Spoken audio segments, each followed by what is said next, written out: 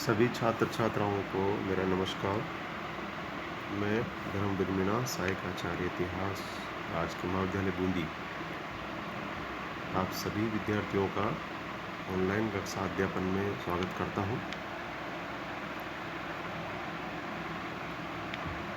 BA second year के प्रथम paper मध्यकालीन भारत का इतिहास का आज का टॉपिक है जलालुद्दीन फिरोज शाह खिलजी, जिसने कि 1290 से 1296 ईस्वी तक दिल्ली के शासन राजगद्दी पर शासन किया। तो आज का हमारा टॉपिक जलालुद्दीन फिरोज शाह खिलजी। जलालुद्दीन खिलजी ने दिल्ली में एक नवीन राजवंश की स्थापना की। निसंदेह खिलजी वंश के सुल्तान भी तुर्क थे। विभिन्न विद्वानों ने उन्हें तुर्क ही माना है, परंतु तुर्क होते हुए भी एक दृष्टि से खिलजियों की शासन व्यवस्था पिछले इल्बारी तुर्कों की शासन व्यवस्था से भिन्न रही। दिल्ली के सिंहासन पर खिलजी वंश का आधिपत्य हो जाने से भारत में तुर्कों की श्रेष्ठता समाप्त हो गई।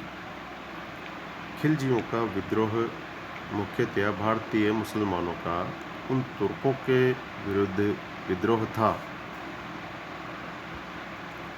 जो दिल्ली की बजाय गौर और गजनी से प्रेरणा पाते थे। खिलजी वंश के दिल्ली के सिंहासन पर आरूढ़ होने से शासन में भारतीय और गैर तुर्क मुसलमानों का प्रभाव हो गया, जिससे यह स्पष्ट हुआ कि सुल्तान के पद पर किसी एक विशेष वर्ग का एकाधिपत्य नहीं होता।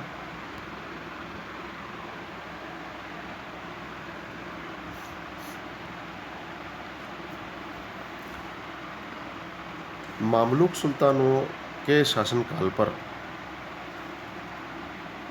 दृष्टिपात करने से एक बात और स्पष्ट होती है कि प्राय 100 वर्ष के निरंतर संघर्ष और शासन के बावजूद भी तुर्क भारत में राज्य विस्तार करने में असफल रहे। मोहम्मद गोरी के बाद कुतुबुद्दीन ऐबक से लेकर बलबन तक दिल्ली सुल्तान केवल उस राज्य की सुरक्षा और दृढ़ता में व्यस्त रहे जिसे मोहम्मद गोरी ने भारत में स्थापित किया था। स्वतंत्र हिंदू राजा एवं अधीनस्थ हिंदू प्रजा निरंतर मुसलमानों से संघर्ष करती रही थी और बलबन जैसा निरंकुश सुल्तान भी राज्य विस्तार का साहस नहीं कर सका था। इस कारण इल्बारी तुर्कों के शासनकाल में संपूर्ण उत्तर भारत की विजय भी पूर्ण नहीं हो सकी थी। खिलजी वंश के समय में इस स्थिति में परिवर्तन हो गया। अलाउद्दीन खिलजी ने न केवल साम्राज्य विस्तार करने में ही सफलता प्राप्त की, बल्कि हिंदुओं की विद्रोह और संघर्ष करने की शक्ति को भी दुर्बल किया। इस प्रकार से खिलजी युग साम्राज्यवाद और मुस्लिम शक्ति के विस्तार का युग रहा है। इसके अतिरिक्त खिलजी वंश के शासनकाल में शासन व्यवस्था में गंभीर परिवर्तन किए गए और उसमें भारतीय मुसलमानों का सहयोग लिया गया। Doctor KS. लाल ने लिखा है कि उसने खिलजी क्रांति ने एक नवीन राजवंश को ही आरंभ नहीं किया, बल्कि उसने निरंतर हो रही विजयों और राज्य पद्धति में नवीन अन्वेषणों एवं अतुलनात्मक साहित्यिक गतिविधियों के युग को भी आरंभ किया। खिलजियों ने इस प्रकार से यह सिद्ध कर दिया कि राज्य बिना धर्म की सहायता से केवल जीवित ही नहीं रह सकता, बल्कि सफलतापूर्वक कार्य भी कर सकता है। खिलजी वंश के किसी भी सुल्तान ने खलीफा से अपने पद की स्वीकृति लेने की आवश्यकता अनुभव नहीं की।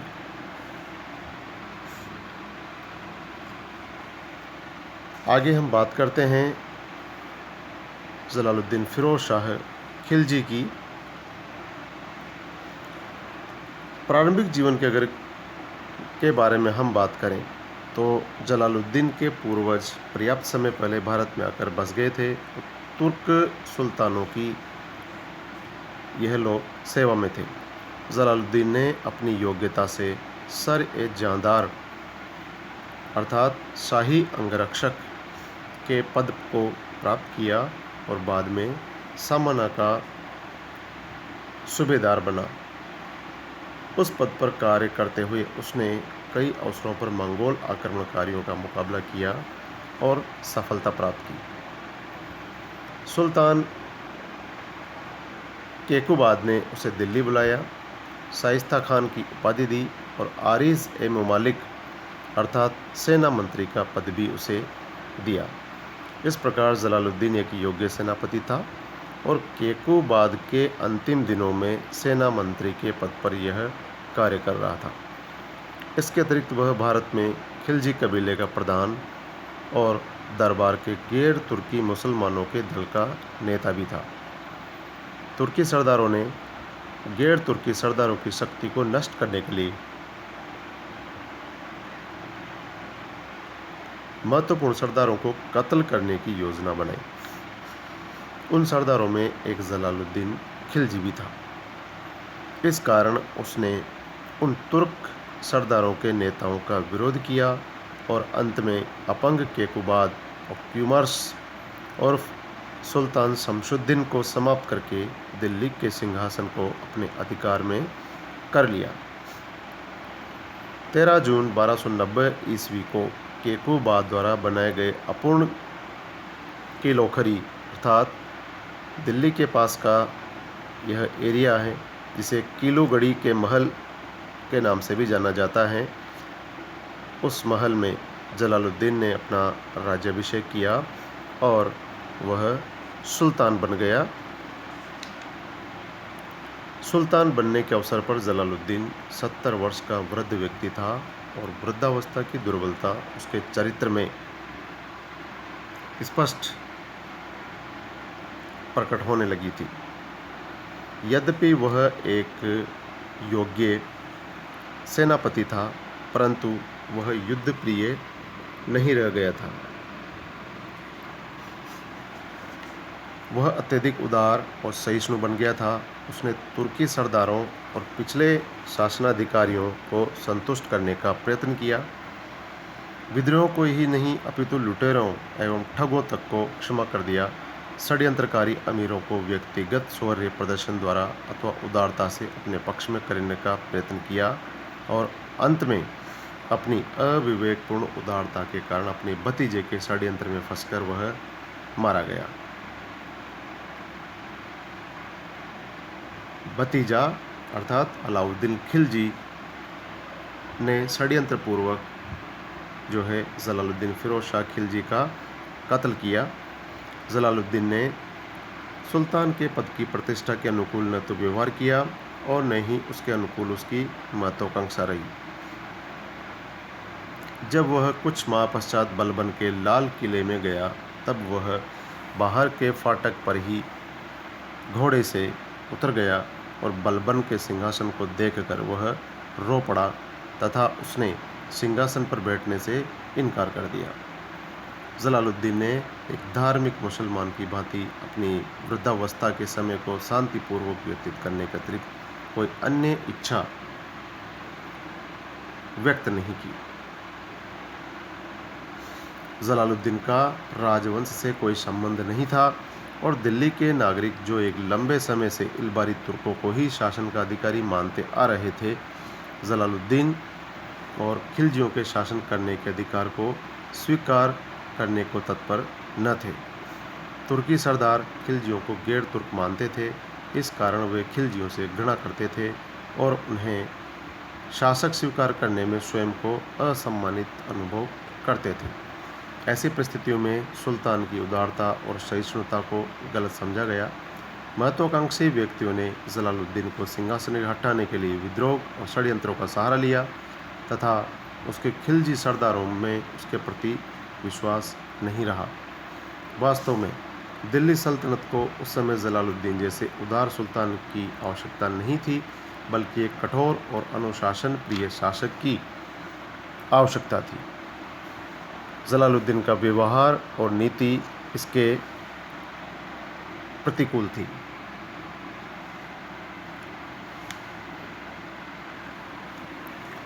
जलालुद्दीन को दिल्ली के नागरिकों और अमीरों के विरोध का भय था। इस कारण उसने अपना राज्याभिषेक दिल्ली में ही नहीं बल्कि उसके निकट किलोखरी के महल में करवाया। उसने उस महल को शोभनीय बनाया और अपने अमीरों को भी वहीं रहने की आज्ञा दी, जिससे वहाँ एक सुंदर नवीन शहर बस गया। एक वर्ष के पश्चात कोतवाल फखरुद्दीन और दिल्ली के नागरिकों द्वारा आमंत्रित किए जाने पर ही वह दिल्ली गया। आगे हम बात करते हैं मलिक छज्जू के विद्रोह की, जो कि कड़ा मानिकपुर का सूबेदार था। अगस्त 1290 ईस्वी में कड़ा मानिकपुर के सूबेदार मलिक छज्जू ने विद्रोह किया। उसने सुल्तान मुगिसुद्दीन की उपाधि ग्रहण की, अपने नाम के सिक्के चलाए और खुतबा पढ़वाया। अवध का सूबेदार अमीर अली हातिम खान और बलबन के समय के राज्य के पूर्वी भागों के कुछ अन्य सरदार भी उससे जाकर मिल गए। दोआब के बहुत से हिंदू सरदार भी उसके साथ हो गए। उसने बदायूं के मार्ग से दिल्ली की ओर बढ़ना आरंभ किया। बदायूं में मलिक बहादुर और आलम गाजी भी अपनी सेनाओं को लेकर उसके साथ मिलने के लिए तत्पर थे। जलालुद्दीन इस विद्रोह को दबाने के लिए स्वयं गया। उसका पुत्र अरकली खान सेना के अग्रगामी भाग के साथ गया और उसने बदायूं के निकट मलिक छज्जू को परास्त कर दिया। छज्जू भाग गया, परंतु बाद में पकड़ा गया और जब उसे और उसके साथियों को जंजीरों में बांधकर गंदे वस्त्रों में सुल्तान के सम्मुख प्रस्तुत किया, तब सुल्तान रो पड़ा। उसने उनको सम्मानित ढंग के वस्त्र पहनने की आज्ञा दी और उनको दावत पर बुलाया। दावत के अवसर पर सुल्तान ने मलिक छज्जू के सहयोगियों की यह कहकर प्रशंसा की कि वे अपने स्वर्गीय सुल्तान के एकमात्र वंशज के प्रति वफादार थे। जलालुद्दीन ने मलिक छज्जू को अरकली खान की देखरेख में मुल्तान भेज दिया और उसके साथियों को मुक्त कर दिया। उसके भतीजे अलाउद्दीन और सरदार अहमद चप ने इसका विरोध भी किया, परंतु सुल्तान ने यह कहकर उन्हें शांत कर दिया कि राज्य की खातिर वह मुसलमानों का रक्त बहाने को तैयार नहीं है। इस अवसर पर कड़ा मानिकपुर की सूबेदारी अलाउद्दीन खिलजी को दी गई।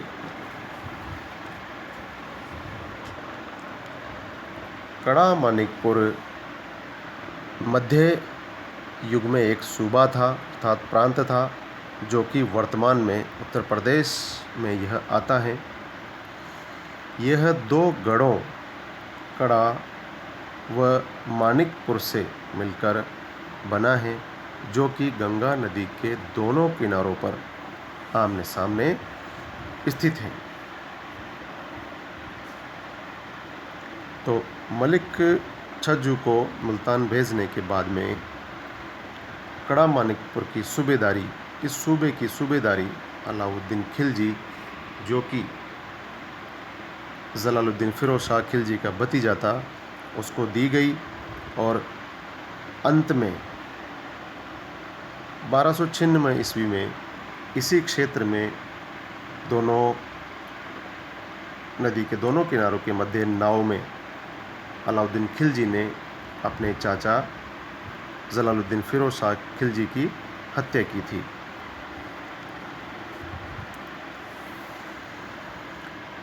तो आगे हम इसी चीज़ पर चर्चा करते हैं कि किस प्रकार से अलाउद्दीन खिलजी ने देवगिरी आक्रमण करने के पश्चात, षड्यंत्रपूर्वक देवगिरी पर आक्रमण करने के पश्चात वापस दिल्ली की सत्ता हासिल करने के लिए उसने अपने चाचा जलालुद्दीन फिरोज शाह खिलजी की हत्या की।